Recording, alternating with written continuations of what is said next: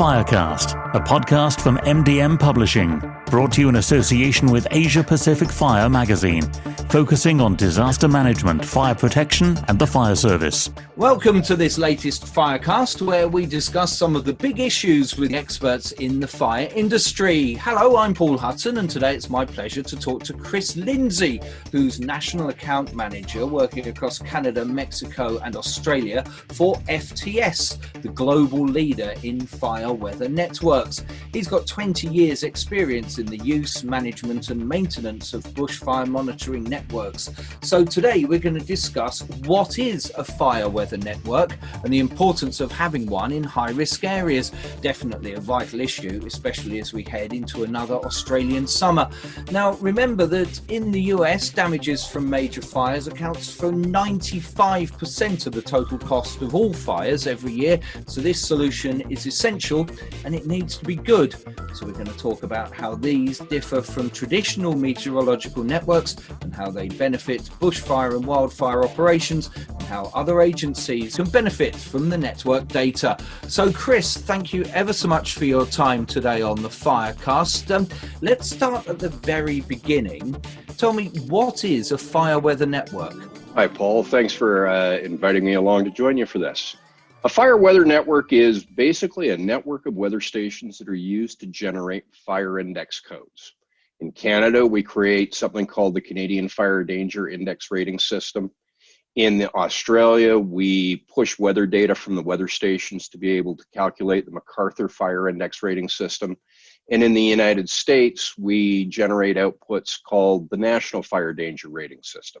The outputs from a fire weather network will allow wildfire and bushfire responders to understand the potential risk of a fire occurring.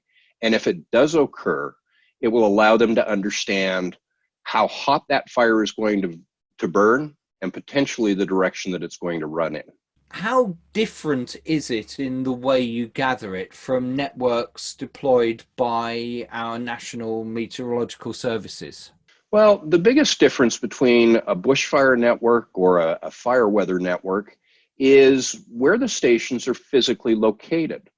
Most of our national meteorological operations are basically designing weather stations to protect our population centers and our large assets. You'll typically find their weather stations are located near our urban centers or near our ports or near our airports. A fire weather network, on the other hand, is really designed to understand the potential risk and volatility of the areas where the fires are going to burn. So they're out in our forests, they're out where our fiber and our timber is. They're not necessarily located directly on a urban area, but more an urban interface area where the potential of the fire is not just going to burn up our timber, but run down into an urban area.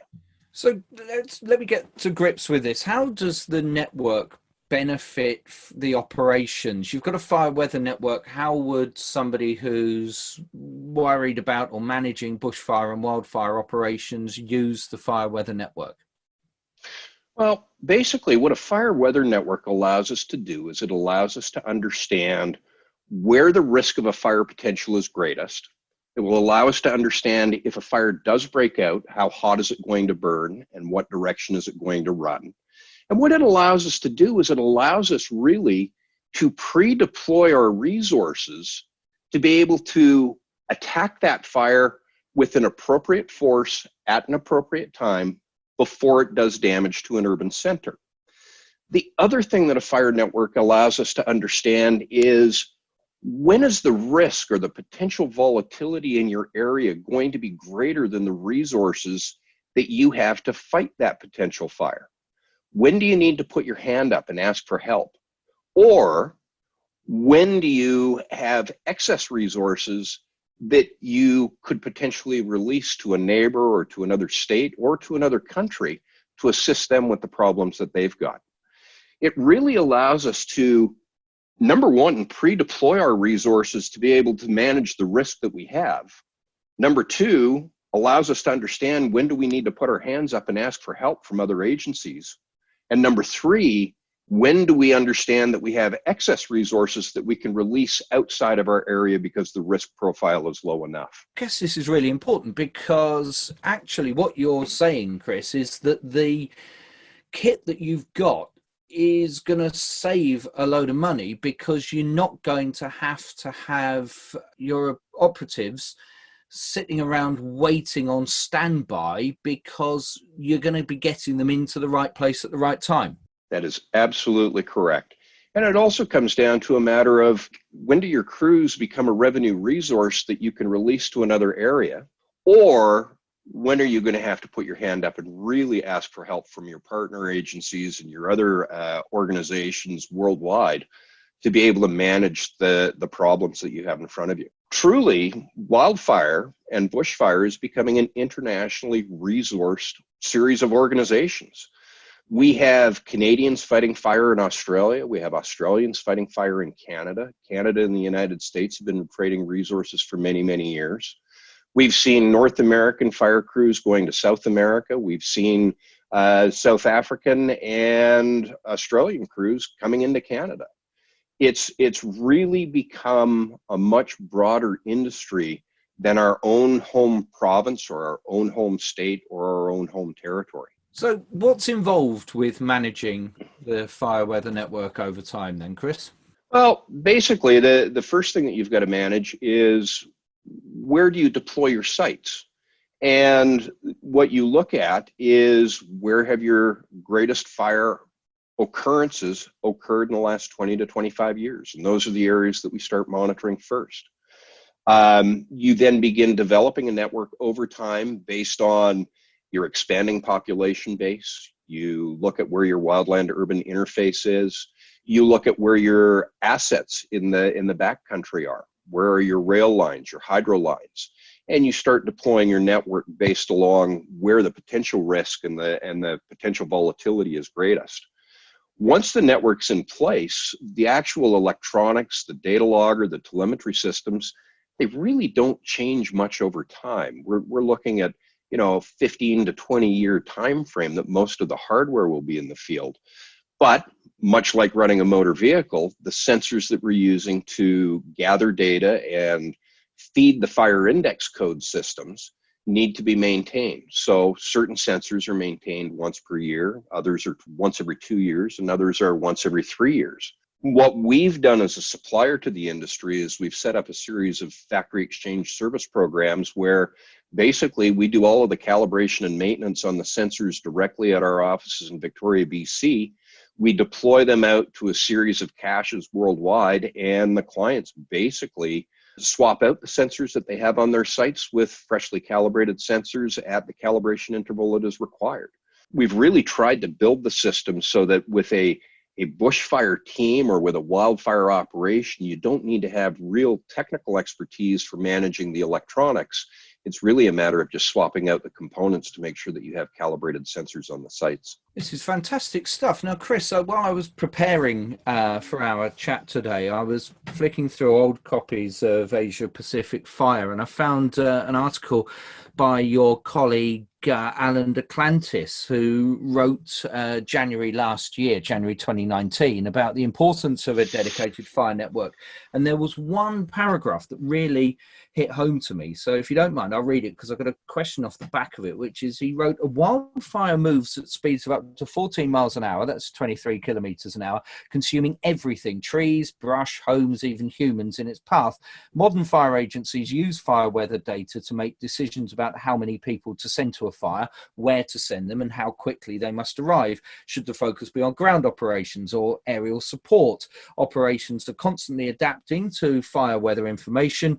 Imminent rainfall might make fire suppression activities unnecessary. An expected change in the wind direction may inform a shift towards protection of a nearby town. Windy conditions may make it too dangerous for a helicopter. By understanding the weather's effect on a fire's behavior, decision makers can make the most effective use of available resources while prioritizing the safety of their firefighters. But what hit me when I read that was, how do you get the data from the FTS provided fire weather network to the folks who've got to make use of the information that you've got. Well, that's sort of the secret sauce in all of this. One of the things that our organization has been very, very good in doing is developing a number of different types of telemetry systems that allow you to move data from where the weather station sits to a network that then can deposit that information among the various parties. In North America, we rely very, very heavily on something called the GOES satellite network, which is operated by the National Oceanographic Atmospheric Administration. And basically, we relay the information from the ground-based weather stations by a satellite uplink. We bring those systems directly into a web server that we work with called FTS 360. FTS 360 then generates the fire codes and provides access to the various agencies, the fire behavior analysts, and the folks that can actually make use of that information. In Australia, we do not have access to the GOES satellite network, so the systems that we're working with in Australia are a combination of Iridium satellite uplink and a combination of land-based cellular systems. Again, the data is brought into the FTS 360 web portal. FTS 360 then creates what is called a METAR message. The METAR message is delivered directly to the Bureau of Meteorology within seconds of the time that the message is received. The Bureau of Meteorology in Australia then runs the MacArthur Fire Index codes against the data and disseminates that information to the fire behavior analysts and the severe weather forecasters in Australia. The other thing that's very nice about the way that FTS 360 works is not only is it delivering the METAR message directly to the BOM to feed their systems in the language that they need, it is also providing a secure web portal for each of the state-based fire operations organizations. The fire behavior analysts can dial directly into the FTS 360 website. They can see the data as it's coming in. And depending on who the operation is, at different times we're delivering them a CSV package, or we're giving them a direct API data feed to the data so that they can pull it directly into their own internal systems. Terrific stuff. You've just given away a chunk of your secret sauce. I don't like to point that out to you, Chris. But the other thing is that obviously station location has to be critical. This has come through everything that you've said here. So I understand that as well as having the fixed site weather stations, you've also got portable or quick deploy stations as well. What are the differences in use and application? When would you use one and when would you use another? A fixed site weather station is what feeds our fire index code calculators. We want the same station in the same place for a long period of time. We want to be able to watch how the weather patterns are changing. We want to watch how the fuel moisture levels are changing over time. A quick deploy weather station is used for actually managing a fire once it's on the ground. Now, the big difference between a fixed site station and a portable station, the fixed site stations collect wind speed and wind direction data at 10 meters. What we're trying to understand is we're trying to understand the long-term effect of weather on the fuels that are native to the area. A quick deploy station is only designed really to be taken to a fire that we've either decided to put on the ground or that has broken out in an area. And what we're trying to understand is we're trying to understand the wind speed and the wind direction that are actually feeding the flame front on that fire. So on a quick deploy station, you'll find that the wind speed and wind direction sensors are at 2.5 meters, whereas in a fixed site station, the wind speed and wind direction sensors are at 10 meters. And I guess this is vital in fighting fires, to have the ability to put those quick deploy weather stations in, because even those very small changes in the weather can have really big consequences. Massive differences in the weather in terms of humidity will determine whether a fire is going to stand up and take off and run. Low humidities mean higher volatility in the fires. High humidity means that the fire will sit down on the ground and will allow us to attack it with a slightly different series of methodologies than what we would with a crowning fire. The advantage with weather stations, whether they are fixed or portable, is it will allow us to understand the potential volatility of a fire, and it will allow us to manage our response to that fire based on the changing weather conditions as they occur. So once the network's installed, what other applications are there for all the data that you're getting, that it's providing? Actually, I've got to be honest, that's probably one of the most fascinating parts of my job. We started developing a fire weather monitoring network for Parks Canada in all of their parks across Canada. A couple of years into developing this network, we started getting a lot of inquiries from wildlife habitat restoration folks.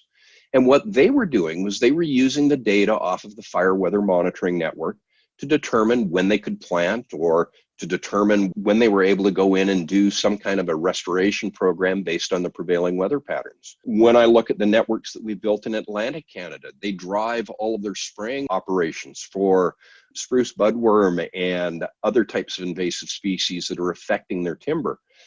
They drive their programs directly off of the outputs from our weather stations. And in another application, the fire weather monitoring network that's being used across Canada is being used to generate hydrological monitoring in terms of how much rainfall is falling, where is it falling, how much snow is on the ground, when is it going to melt, what does it mean in terms of runoff, what does it mean in terms of hydrological monitoring.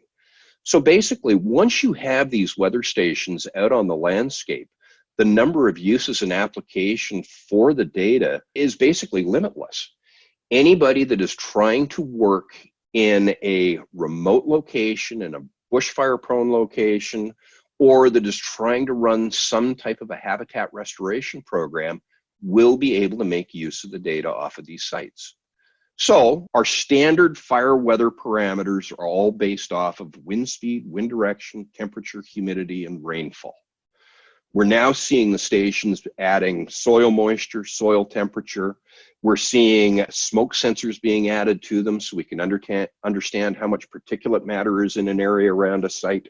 We are starting to see a lot of snow type operations. We're also seeing a lot of hydrological applications that are drawing data off of these fire weather networks and applying them to their programs. This is great stuff. I want to bring in Neil Bibby, who's editor of Asia Pacific Fire magazine, who's in Sydney, Australia. Neil, this is just fascinating stuff. What are your thoughts on it? I think it's been fascinating listening to Chris. Some of the stuff that they're doing resonates with my previous life as Chief Executive Officer of the Country Fire Authority. And as Chief Executive of a major fire service, the number of things that I have to look at, the priority becomes firefighter and public safety.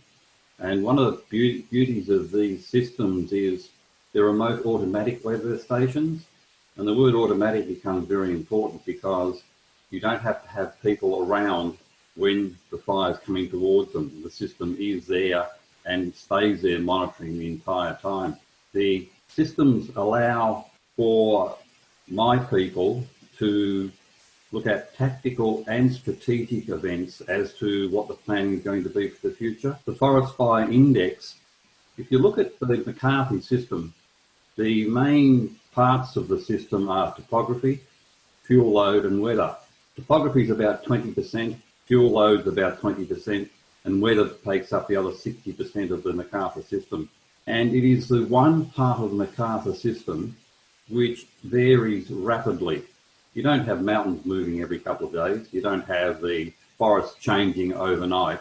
But what you do have, you have the weather being your critical change. And if the monitoring and improvement of that change helps us determine what the Forest Fire Index is for the next couple of days, that means we get a better run on our strategic and tactical planning. So I think the importance of this is not in fighting the fire, but making sure that those people that are affected by the fire, firefighters and the community, are well covered. And I mentioned that you're in Australia and that we're coming into the Australian summer as we're recording this. Already the fires are hitting some of the bush, aren't they? Western Australia, Northern Territory and Queensland are now having major fires. There's a satellite tracking system if you want to have a look at it, Sentinel hotspots, and it will show you where the fires are in Australia, and the top of Australia is just covered in red at the moment. And so obviously the solution that Chris has been talking about is just vital in being able to try as much as possible to stay, if not one step ahead, at least, in step with how the fires are working? Well, I think what the word that I used before, variable, is a very interesting word because it is the key to weather and the impact that's going to have on the firefighters on the ground. Weather changes, the firefighters get trapped, and I think it's very important that a very up-to-date weather forecasting comes through. Terrific stuff, Neil. Thank you very much for joining us. That's Neil Bibby, editor of Asia Pacific Fire. I'm just going to ask Chris one more question because I've taken up loads of your time already, but I always like to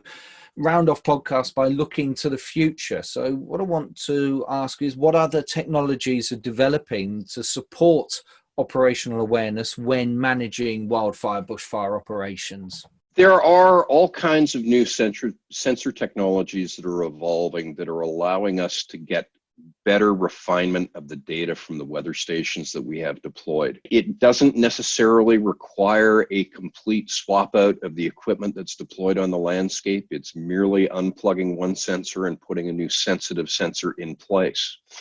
We're seeing a lot of work right now with camera systems being developed that can be deployed in remote locations that will be able to feed data back through the FTS 360 web platform to be able to give people a better operational sense of what is going on in the area around them and to be able to put eyes on a potentially high-risk location without necessarily having to deploy bodies to that high-risk location. We're seeing massive advancements in terms of how we move data around, how we supply it to our severe fire forecasters or our fire behavior analysts.